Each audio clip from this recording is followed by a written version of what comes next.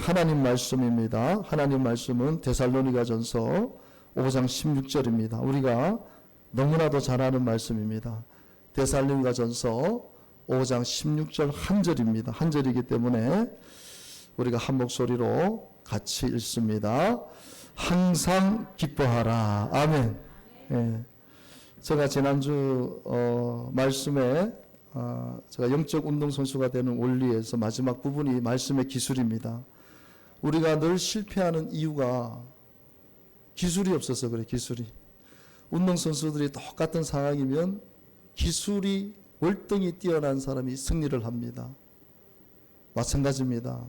우리가 신앙생활 하면서 사단과도 싸워야 되고 세상과도 싸워야 되고 모든 것이 우리가 부딪히는 일인데, 이런 부딪히는 상황 속에서 우리가 승리할 수 있는 길이 뭐냐? 바로 말씀의 기술을 익혀야 되는 것입니다. 좀 여러분들이 생소하시겠지만은 여러분, 말씀의 기술이 내 몸에 완전히 배어야 됩니다. 운동선수가 한 기술을 배우기 위해서 수천 번을 연습합니다. 수천 번. 계속 반복 또 반복해서 그 기술이 내 기술이 될 때까지, 그래서 그 기술을 자유자재로 쓸 때까지 한 기술을 우리가 상상을 초월할 정도로 연습을 시킵니다.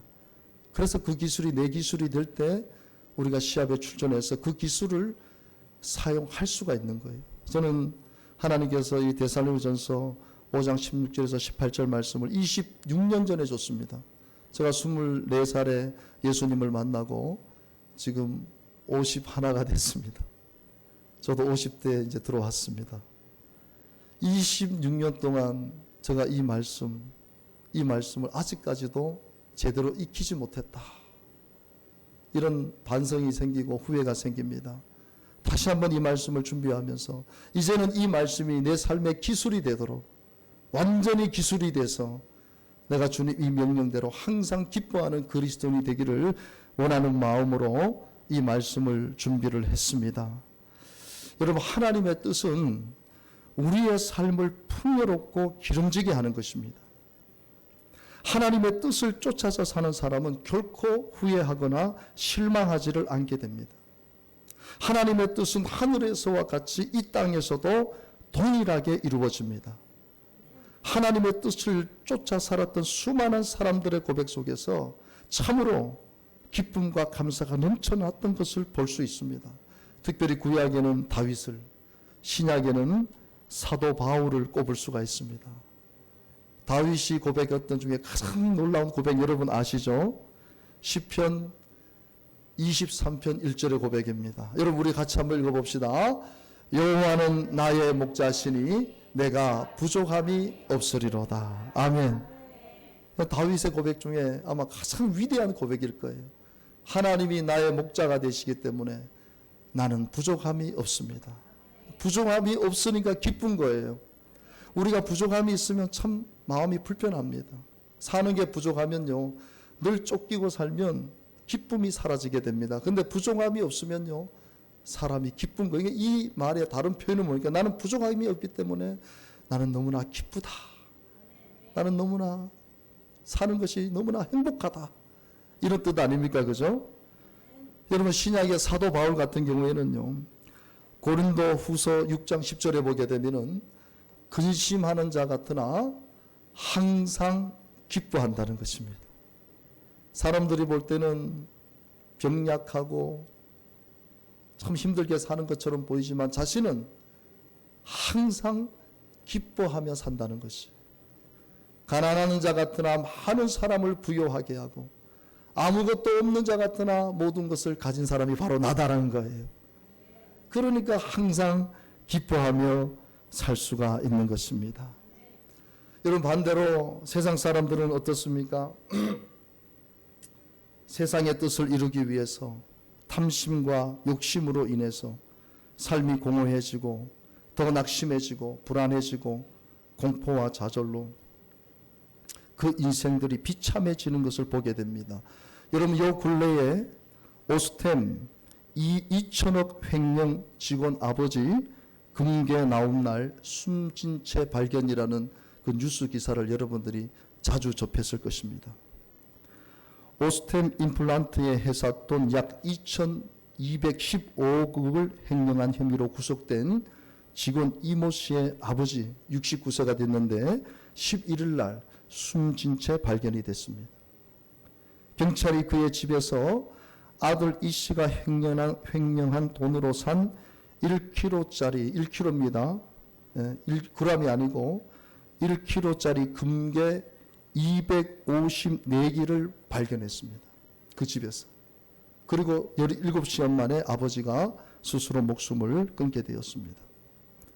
경찰은 숨진 A씨를 비롯한 E씨 가족들이 E씨의 범행을 소극적으로 숨겨주는 정도를 넘어서 적극적으로 가담했는지를 지금 수사하고 있고, 경찰에 따르면 E씨는 빼돌린 회사 돈 중 75억 원을 아내와 처제 명의로 아파트, 오피스텔 등 부동산과 고급 리조트 회원권을 사는 데 썼다고 합니다. 그리고 이 씨는 지난달 잠적 전에 아내와 여동생들에게 본인 소유의 건물 3채를 또 증여하기도 했다는 것입니다. 그리고 서울지방경찰청은 이 씨가 횡령한 돈으로 산 금괴 또 100개를 이 씨 여동생이 소유한 건물의 집에서 또 발견하게 됩니다. 여러분, 세상의 뜻을 이루기 위해서 한 일가족이 돈에 눈이 멀어서 욕심에 사로잡혀서 집안이 말 그대로 풍지박산이 나는 것을 우리는 봅니다. 여러분, 혹여 세상에서 이 땅에 세상 사람들이 이 땅에서 모든 것을 다 이루었다 할지라도 하나님의 뜻을 쫓아 살지 않았다면요, 결국 죽음의 심판을 면하지 못합니다. 결국 지옥으로 떨어지는 고통을 겪게 될 것입니다. 여러분, 하나님의 뜻은 평안입니다. 기쁨입니다. 만족입니다. 여러분, 하나님의 뜻이 깊으면 깊어질수록 솟아나는 이 기쁨은 이루 말할 수가 없는 것이에요. 오늘 본문은 하나님의 뜻을 이루는 말씀입니다. 하나님의 뜻은요, 우리가 모든 거창한 것을 해서 뜻이 이루어지는 것이 아니고 우리의 삶 자체를 통해서 이루어지는 것이에요. 우리가 그걸 잘 알아야 됩니다. 항상 기뻐하라는 것은 우리의 삶을 통해서 하나님의 뜻을 이룰 수 있다는 것입니다. 여러분, 이 세상의 기쁨은 일시적인 기쁨인 것이에요. 일시적인 기쁨. 이 세상의 기쁨은 순간 슬픔과 절망으로 바뀌고 기쁨을 상실하게 만들고, 요즘 우울증, 공황장애가 앓는 분들이 그렇게 많아요. 이 정신적으로 육체적으로 고통을 겪게 되는 것을 보게 되었습니다. 하지만 하나님이 주시는 이 기쁨은 영원히 지속되는 기쁨입니다. 이 기쁨은 우리의 노력이나 어떤 공로를 통해서 얻어지는 것이 결코 아닙니다. 기쁨의 근원 되시는 분과 함께하면 이 기쁨은 영원히 우리에게 주어지는 선물이라는 사실을 여러분 꼭 기억할 수 있게 되기를 바랍니다. 여러분, 기쁨의 근원이 누구십니까? 기쁨의 근원이 누구십니까? 예수 그리스도인 줄로 믿습니다. 그래서 여러분, 우리가 예수님을 믿으면은요, 나타나는 현상이 있는데 기쁜 거예요. 제가 24살에 교회 가서 성령 체험하고 나서 갑자기 제가 막 달라지기 시작했는데 그렇게 기쁜 거예요. 말할 수 없이 기쁜 거예요. 그 기쁨이 어느 정도로 나를 변화시켰냐면 술을 끊고 담배를 끊고 친구를 끊고 세상 향락을 끊어버리는 거예요. 내 안에 기쁨이 없었다면 저는 절대로 교회를 나갈 사람이 아닙니다. 근데 너무나 기쁜 거예요. 이렇게 기쁠 수가 있는가? 저는 술을 안 먹고는 못 살 줄 알았어요. 근데 술을 안 먹어도 너무너무 기쁜 거예요. 예배만 드려도 너무너무 사는 게 행복하는 거예요. 오늘 우리가 불렀던 찬양처럼 예배할 때 가장 행복합니다. 이 고백이요, 정말 그대로 이루어진 거예요. 여러분, 마태복음 3장 16절 17절에 보게 되면은 예수께서 세례를 받으시고 곧 물에서 올라오실새 하늘이 열리고 하나님의 성령이 비둘기같이 내려 자기 위에 임하심을 보시더니, 자 17절을 같이 한번 읽어봅니다. 하늘로부터 소리가 있어 말씀하시되 이는 내 사랑하는 아들이요 내 기뻐하는 자라 하시니라. 아멘. 하나님 앞에 예수님은 기쁨이라는 거예요. 기쁨. 기쁨의 근원이 예수 그리스도인 줄로 믿으시기를 바랍니다. 예수님은 자신을 믿고 따르는 자들에게 기쁨을 주세요. 주체할 수 없는 기쁨을 주십니다. 이 기쁨은 주를 믿는 모든 자들에게 동일하게 주어지는 선물이에요. 선물. 여러분, 이 기쁨을 오늘 소유하시게 되시기를 주님의 이름으로 축복합니다. 결코 세상에 줄 수 없는 기쁨입니다. 세상에서는 찾을 수 없는 기쁨입니다. 세상에서 우리가 처절하게 고통을 당하다가 주님을 믿고 주님 안에서 기쁨을 누리는 사람들의 한결같은 고백이 뭡니까? 너무나 기쁘고 너무나 행복하다는 거예요. 제가 이 말씀을 준비하면서 예수 믿고 나서 참 많이 불렀던 찬양, 나는 행복해요, 제사함 받았으니. 나는 행복해요, 제사함 받았으니 아버지 품 안에서 떠나 살기 싫어요. 나는 행복해요, 사랑이 샘솟으리. 이 세상 무엇이든 채우고도 남아요. 여러분, 이렇게 고백할 수 있겠습니까? 나는 행복합니다. 나는 정말 행복합니다. 이렇게 고백하는 저와 여러분들이 되기를 바랍니다. 그렇다면은 항상 기뻐하며 살기 위해서 우리가 어떻게 해야 됩니까? 기쁨의 근원이 되시는 예수님을요, 우리의 삶의 최우선 순위에 두어야 합니다. 여러분, 어제입니까? 우리가 주만나 말씀을 통해서 나눴던 창세기 5장의 말씀, 5장 21절 22절에 보게 되면은 에녹은 65세에 무드셀라를 낳았고, 무드셀라를 낳은 후 300년을 하나님과 동행하며 자녀들을 낳았으며, 그는 365세를 살았더라. 자, 24절은 같이 한번 고백해 봅니다. 에녹이 하나님과 동행하더니 하나님이 그를 데려가심으로 세상에 있지 아니하더라. 아멘. 여러분, 이 말씀을 제가 묵상하면서 참 많은 것을 생각하게 해 봅니다. 여러분, 에녹이 300년 동안 하나님과 동행하여 죽음을 당하지 아니하고 하늘나라로 옮겨졌습니다. 여러분, 에녹이 특별히 하나님을 위해서 무엇을 했다는 기록이 전혀 없습니다. 무슨 공로를 세웠다는 기록도 없습니다. 그저 하나님과 동행했다는 것입니다. 하나님과 함께 했다는 것입니다. 무슨 뜻입니까? 하나님의 뜻을 이루기 위해서 날마다 매 순간마다 하나님을 자신의 삶의 최우선 순위에 모시고 살았다는 것입니다. 참 중요한 것이죠. 범사의 모든 범사의 우선순위가 하나님의 뜻이었다. 그러니까 여러분, 하나님의 뜻이라면은요, 아무리 좋은 계획이 있어도, 아무리 많은 돈을 벌 수 있어도, 아무리 좋은 혜택을 누린다 하더라도 하나님의 뜻이 아니라면 포기할 수 있는 것입니다. 이게 쉬운 게 아니에요. 그런데 에녹은 그렇게 살았다는 것이죠. 삶의 우선순위가 분명했다는 것입니다. 우리 평생에 예수님이 내 삶의 최우선 순위가 되어야 합니다. 예수님이 내 인생의 최고의 자리에 있을 때요, 우리는 항상 기뻐하면서 살 수가 있습니다. 이것이 안 되기 때문에 우리는 기쁨을 잃어버리게 되는 것이에요. 어제 제가 이 주만나 말씀 새벽 묵상으로 올렸던 동행이라는 글을 여러분들 다 한번 읽어보셨죠? 제가 한 번 더 읽어드릴게요.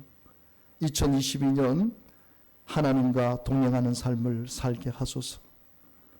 하나님보다 앞서 행하는 교만한 삶이 되지 않게 하소서. 하나님 발걸음보다 뒤처져 길을 잃어 사단에게 틈을 주지 않게 하소서. 성령 하나님 인도해 주시는 대로 한 걸음 한 걸음 동행하게 하소서. 말씀으로 매일 인도함 받아 한 걸음 한 걸음 동행하게 하소서. 하나님과 동행하는 삶을 살다가 이 세상에서 가장 영광스럽게 주님 나라 들어가게 하소서. 마지막이 중요한 것이에요. 마지막이. 여러분, 우리가 마지막에 주님이 우리를 데려가실 때 에녹처럼 가장 귀하게 우리를 저 하늘나라로 데려갈 수 있게 되기를 바랍니다. 그러기 위해서는 매일매일 하나님과 동행해야 되는 것이에요. 여러분, 예수 그리스도로 말미암아 주어지는 기쁨은 환경의 지배를 받지를 않습니다. 전혀 환경의 지배를 받지 않아요. 오늘날 현대사회에 이 우울증은 말할 것도 없고요. 지금 조울증 환자들, 이게 참 무서운 것이거든. 조울증 환자들이 무서워. 몇 년 전에 진주에서 일어났던 그 아파트에서 무차별적으로 5명을 죽였잖아요. 5명. 무차별적으로 내려오는 사람들을 칼로 찔러서 5명인가 6명이 죽었어요. 그 사람이 바로 조울증을 앓는 사람입니다. 무서운 것이죠. 기분이 갑자기 좋았다가 갑자기 막 슬퍼지고 고통.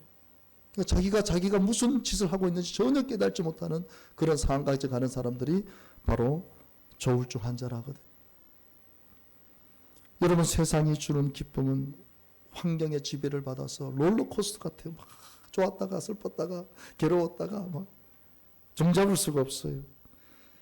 여러분, 나 기뻐하리, 우리가 예전에 많이 불렀는데 나 기뻐하리 2절 가사를 보면 환경의 지배를 받지 않고 내 팔의 힘과 목소리, 느끼는 감정과 상관없이 내 마음 기뻐하기로 결심을 했네. 여러분, 기뻐하기로 결심하시기를 바랍니다. 환경의 지배받지 않고 예수님을 내 삶의 최우선순위에 두고 나는 기뻐하기로 결심을 했습니다. 어떠한 환경 속에서도 기쁨이 상실되거나 없어지지 않는 것이에요. 성경에는 그러한 예가 참으로 많아요. 대표적으로 바울과 실라가 그런 사람입니다. 복음을 전하다가 하나님의 일을 하다가 모진 고난을 당하고 감옥에 착고가 채워져서 언제 빠져나올지 막막한 그런 현실 속에서도 그들은 기쁨으로 찬양하고 하나님 앞에 기도했습니다. 왜요? 그들의 마음속에는 주님으로 말미암는 기쁨이 충만했기 때문입니다. 그 누구도 빼앗을 수 없는 기쁨이 예수님 안에 있습니다. 그 기쁨으로 하나님을 섬기는 것이 바로 하나님의 뜻을 이루어 드리는 것입니다. 기쁨으로 사는 것, 기쁨으로 하나님을 섬기는 것이 하나님의 뜻을 이루어 드린다는 사실을 여러분 꼭 기억할 수 있게 되기를 바랍니다. 마음 깊이 새기게 되시기를 바랍니다. 여러분, 누가복음 2장 10절을 우리 같이 한번 읽어봅시다. 천사가 이르되 무서워하지 말라. 보라, 내가 온 백성에게 미칠 큰 기쁨의 좋은 소식을 너희에게 전하노라. 아멘. 큰 기쁨의 좋은 소식이 무엇입니까? 누구를 가리키는 것입니까? 예수 그리스도를 가리키는 줄로 믿습니다. 예수님이 이 세상에서 가장 큰 기쁨의 좋은 소식인 줄로 믿으시기를 바랍니다.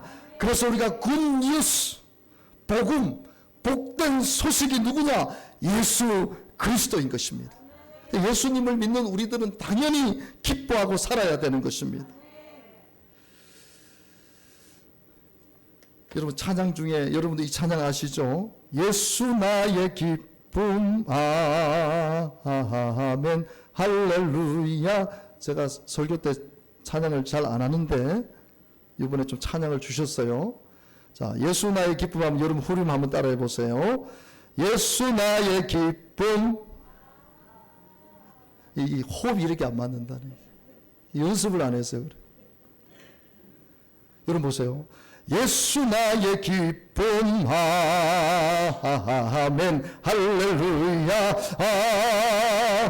아멘, 할렐루야, 아멘, 아멘, 아멘. 예수님이 나의 기쁨이 되시기 때문에 나는 아멘이고 할렐루야라는 거예요. 예수님이 나의 기쁨을 주시니까 내 평생 아멘 할렐루야 될 수 있게 되기를 바랍니다. 여러분, 사도행전의 역사는 성령의 기쁨으로 이루어지는 부흥의 역사입니다. 사실은 사도행전을 보세요. 기쁨이 충만했다 했거든요. 여러분, 교회가 바로 그런 교회가 되어야 될 줄로 믿습니다. 사도행전 2장 46절에 보면 날마다 마음을 같이하여 성전에 모이기를 힘쓰고 집에서 떡을 떼며 기쁨과 순전한 마음으로 음식을 먹은 거예요. 이 공동체가 사도행전의 공동체 안에 기쁨이 있었던 것입니다. 사도행전 8장 8절을 보면 그 성에 큰 기쁨이 있더라. 사도행전 13장 52절에 보면 제자들은 기쁨과 성령이 충만하니라. 할렐루야. 여러분, 이 기쁨이 회복되어야 될 줄로 믿습니다. 우리 한국교회가 또 우리 지역의 교회들이 이 기쁨이 충만해서 다시 한번 이 암울한 시대의 기쁨으로 다시 일어서는 1907년 평양 대붕의 역사가 다시 재현되는 그런 놀라운 일이 있기를 우리가 함께 기도합시다. 지금 교회들이 너무나 힘들지만 하나님께서 교회 안에 성령으로 말미암아 주어지는 이 기쁨이 있다면 우리 교회들이 다시 일어나게 될 줄로 믿습니다. 여러분, 항상 기뻐하며 살기 위해서는요, 항상 기뻐하며 살 수 있도록 말씀의 기술을 계속 연습해야 돼요. 제가 서두에도 말씀을 드렸지만 운동선수들이 감독들이 운동선수를 배운 그 기술, 선수들이 감독으로부터 배운 기술을요, 배운 것으로 끝나면 그 기술은 내 기술이 될 수 없습니다. 감독님이 가르쳐 주시면 그 기술을 가지고 이 기술이 내 기술이 되도록 계속 연마하는 거예요. 여러분, 우리는 이 한 해에 항상 기뻐하며 살기 위해서, 항상 기뻐하며 살 수 있도록 이 말씀의 기술을 계속 연습해야 될 줄로 믿습니다. 그래서 우리는 고백해야 하고 우리는 선포해야 되는 것이에요. 나는 예수 그리스도의 십자가 사랑과 부활의 능력으로 항상 기뻐하며 살 것입니다. 십자가의 사랑, 부활의 능력이면 족합니다. 사실은요, 이 기술만 있으면 우리 다 이길 수 있어요.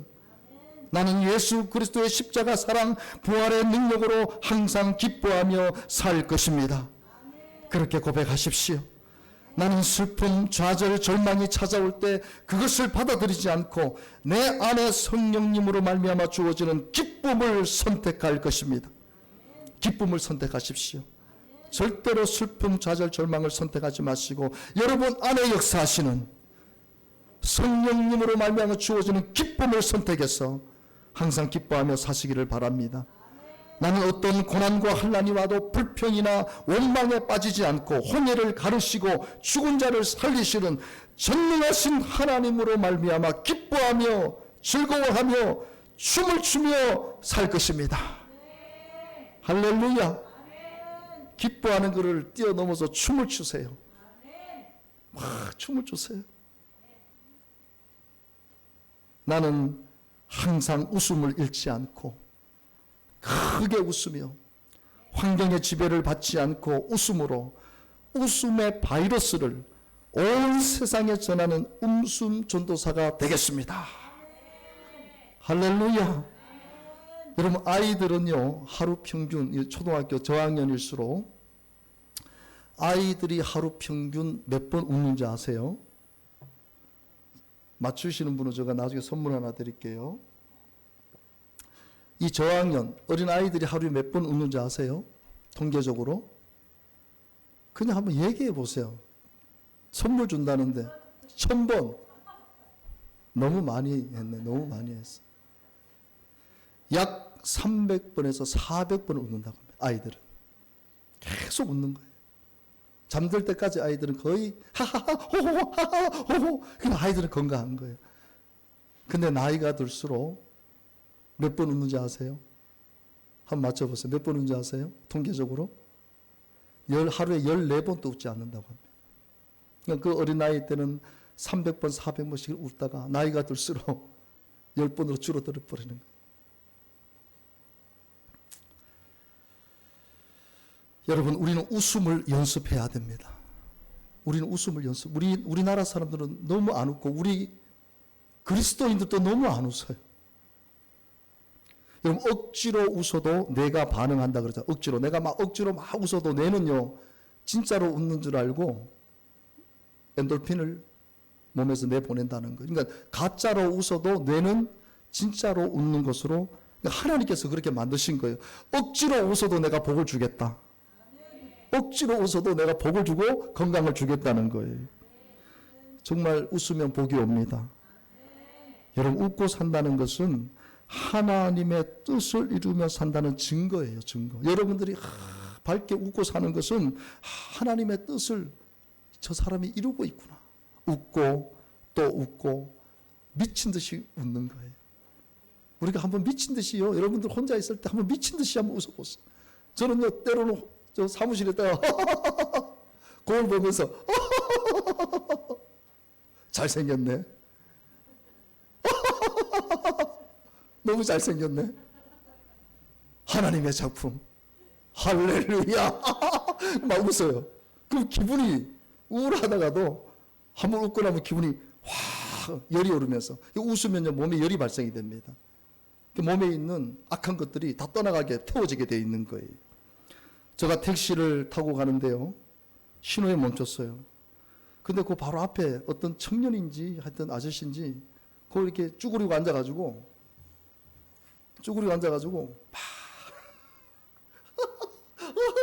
막 웃는 거예요. 혼자서. 이게 사실은 정신적으로 좀 문제가 있는 분이죠. 혼자서 혼자서 얘기하면서. 그러니까 택시 기사가요, 그걸 보면서 부럽다. 저 사람 뭐가 좋아서 저렇게 웃고 다니지? 자기는 너무너무 힘든데 지금 저 사람은 저기 앉아가지고 미친 사람 같았지만은 저렇게 막 웃고 있으니까 그게 너무나 부러웠던 것 같아요. 그 택시 기사가 볼 때. 여러분, 미친 사람은 자기가 미친 걸 모르잖아요. 그 사람은 좋은 거예요. 여러분, 우리 예수 믿는 사람은 그렇게 살아야 됩니다. 예수님으로 말미암아 정말 세상 사람들이 봤을 때 미친 사람처럼 보여야 되는 거예요. 저는 성령 체험하고 우리 친구들이, 후배들이, 야, 너 뭐가 좋아서 그렇게 싱글벙글 웃고 다니냐, 그런 얘기를 저 많이 들었어요. 혹시 여러분들 중에는 주변에서 뭐가 그래 좋아서 그렇게 웃고 다니십니까? 그런 이야기 들어보신 분 계십니까? 혹시? 없어요? 여러분, 그렇게 돼야 됩니다. 뭐가 좋아서 그렇게 웃고 사세요? 그러면 우리의 대답은 어떻게 됩니까? 예수님 믿으니까 너무 좋아서 웃고 삽니다. 여러분, 한번 물어보세요. 저한테 물어보세요. 시작.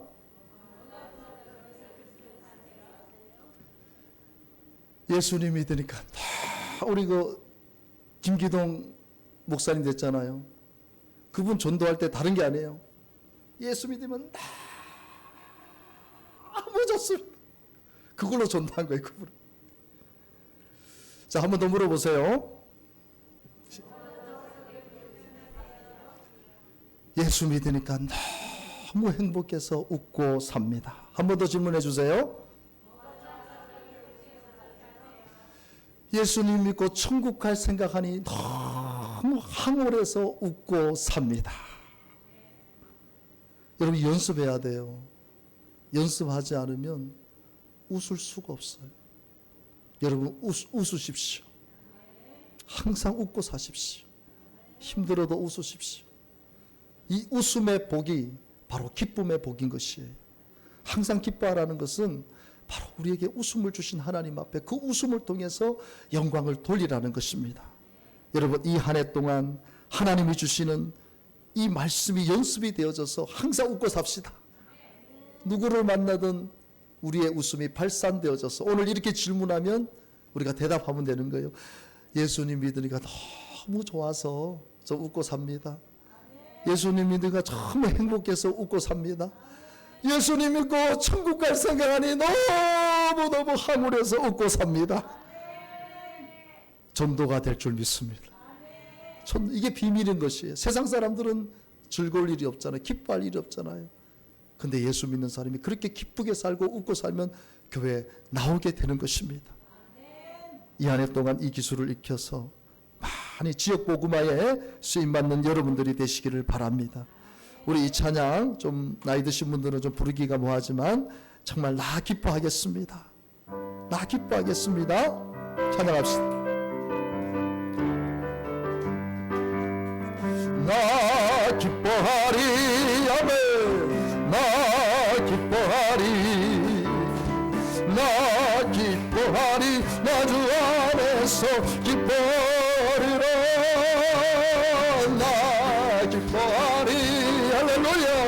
나 기뻐하리 나 기뻐하리 나 주 안에서 기뻐하리라 원수가 나를 무너뜨리려고 내 마음에 속삭였네 내 영이 깨어 넘어지지 않고 나의 믿음의 고백이 원수를 묶네 나 기뻐하리 나 기뻐하리 나 기뻐하리 나 주 안에서 기뻐하리라 나 기뻐하리 나 기뻐하리 아멘 나 기뻐하리 나 주 안에서 기뻐하리라 환경의 지배를 받지 않고 내 말에 인가 목소리 내 기쁨 내 마음 기뻐하기로 결심을 했네 나 기뻐하리 나 기뻐하리 나 기뻐하리 나 주 안에서 기뻐하리라 나 기뻐하리 나 기뻐하리 나 기뻐하리 나 주 안에서 기뻐하리